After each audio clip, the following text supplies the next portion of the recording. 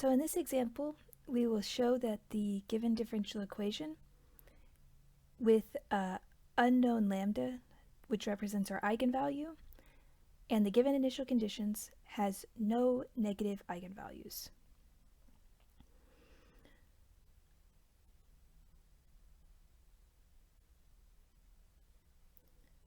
Now, in order to do this, we've been told the hint that we need to show graphically that the only root of this equation, hyperbolic tangent equals -0, would occur only at z equals 0. And then we're reminded how to represent hyperbolic tangent in terms of exponentials. Now, before we get to the details, let's talk about the reasoning behind this argument.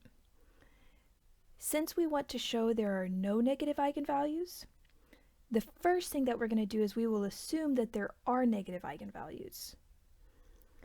And then based on that assumption, we are going to logically go through the argument, given our differential equation, the boundary conditions, and we're going to reach some sort of contradiction. Particularly, we're going to make use of the hint that we were given.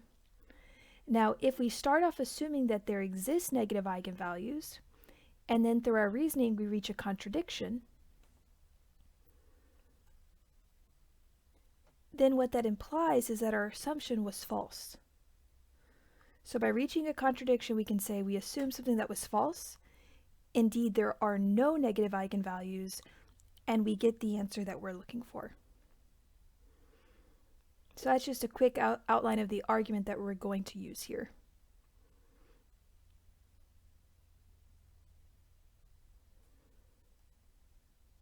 So let's get started.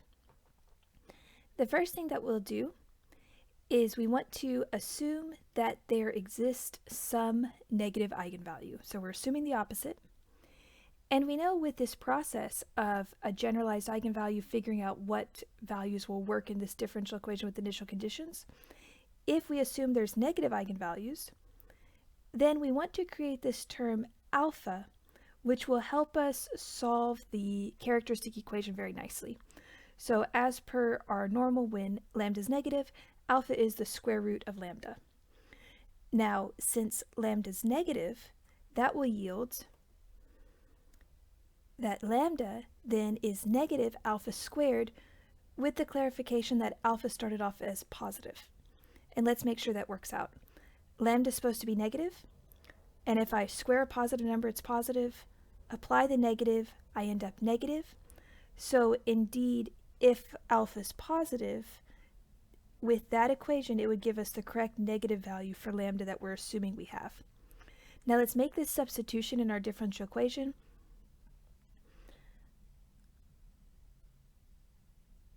We would have y double prime plus, now lambda is replaced with our negative alpha squared. And that would yield the characteristic equation r squared minus alpha squared equals 0.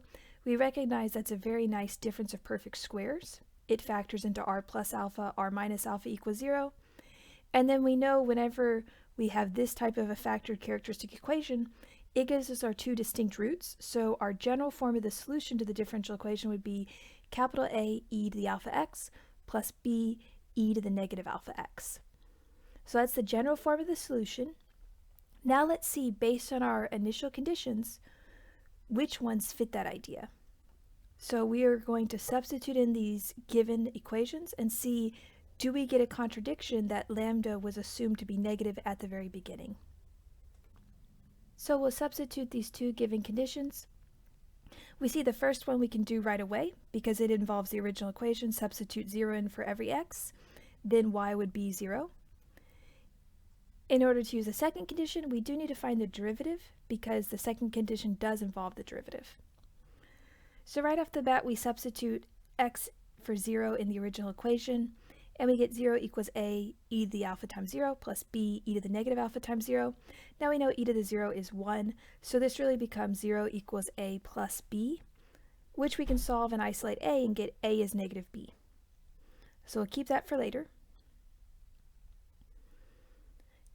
In order to use the second condition, though, we do need the first derivative. So let's take the first derivative. Y prime would be a e to the alpha a alpha e to the alpha x plus b times negative alpha e to the negative alpha x through chain rule for derivatives. So we plug 1 into the original equation, plus 1 into the derivative for x, added those together, and we should get 0. So we'll write down our second initial condition, 0 equals, substituting 1 into the original equation, a e to the alpha plus b e to the negative alpha, and that's our y of 1. Add that, and we get a alpha e to the alpha plus b times negative alpha. I guess we could distribute the negative already. Negative b alpha e to the negative alpha, that's our y prime of 1. And we know from the given condition that those both added together should give us 0. Now what we're going to do here is we're going to try to rearrange group-like terms so that we can make sense of it. Specifically, we're going to go back at some point to our hint that we were given. So we want to get something into the form of this exponential form of hyperbolic tangent. The first thing I'm going to do is, we know a is really negative b, so let's make that substitution. Furthermore, I can factor out a common alpha from the last two terms on the right.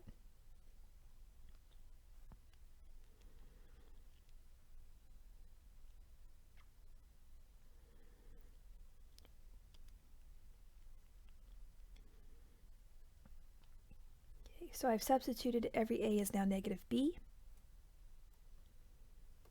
And then let's factor out a common b from the first two terms, and then we'll factor out a b alpha from the last two terms. And as I factor out the b, I'm just going to rearrange the order. I'm going to have e to the negative alpha because it's positive minus e to the alpha. Kept the signs consistent but switched the order. Okay, and then here let's factor out a negative b alpha since both are negative, and we end up with negative b alpha times e alpha plus e to the negative alpha. And now I notice this is looking very similar to our expression of hyperbolic tangent, at least in pieces. But in order to get this fraction, I'm going to want to add this entire second term over to the right so that I'll be able to get terms only related through multiplication, and then I can multiply and divide and isolate the terms. So let's add over the second term.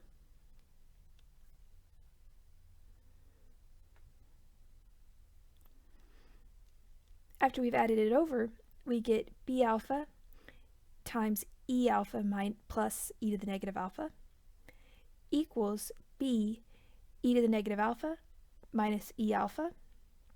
We see that through multiplication on both sides, the b's cancel. And furthermore, I could isolate the alpha and divide both sides from the left by e to the alpha plus e to the negative alpha. And I want to do that because as I look back at the hint, I see that it's very related to our hyperbolic tangent expression.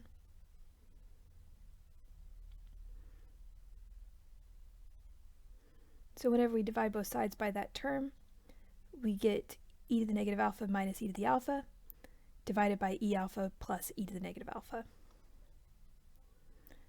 Now let's see how close are we to using the hint. We see the bottom term is perfect. In hyperbolic tangent, it's e to something plus e to negative something. That's there in our expression. However, the top term is slightly off. For hyperbolic tangent, it should lead to e to the positive of that minus e to the negative of that. However, we have it switched. Now this can be easily fixed by factoring out a common negative 1 to the front. So let's take a negative 1 out of the top. That would bring the e to the alpha as the first term minus e to the negative alpha.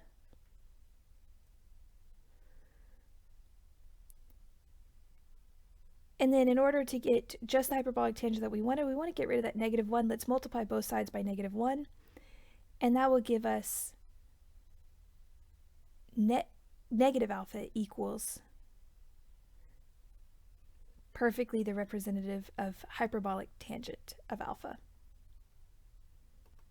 And here we have that negative alpha equals hyperbolic tangent of alpha from our definition and the hint. So now we're at the point where we need to see what about this equation we'll either make a true or a false statement.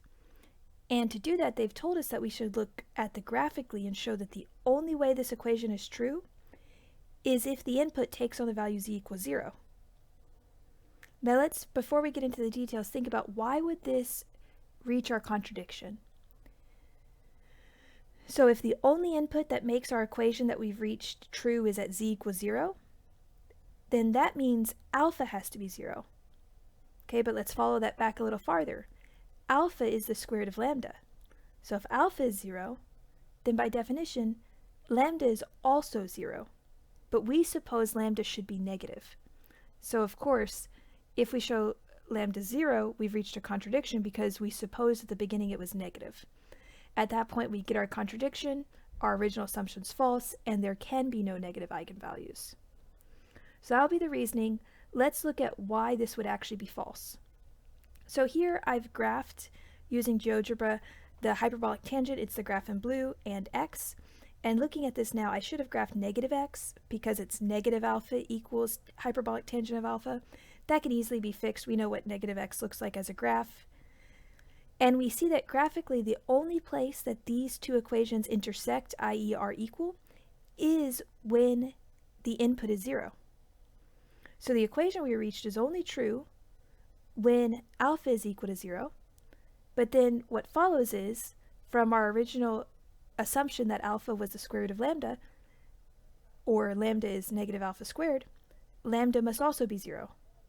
That's our contradiction, because we began this problem assuming that lambda was negative. Thus, our original assumption is false, and there can be no negative eigenvalues. And that's how we'd finish up this problem. So in this particular situation, with the given differential equation and the initial conditions, there are no possible negative eigenvalues for this expression.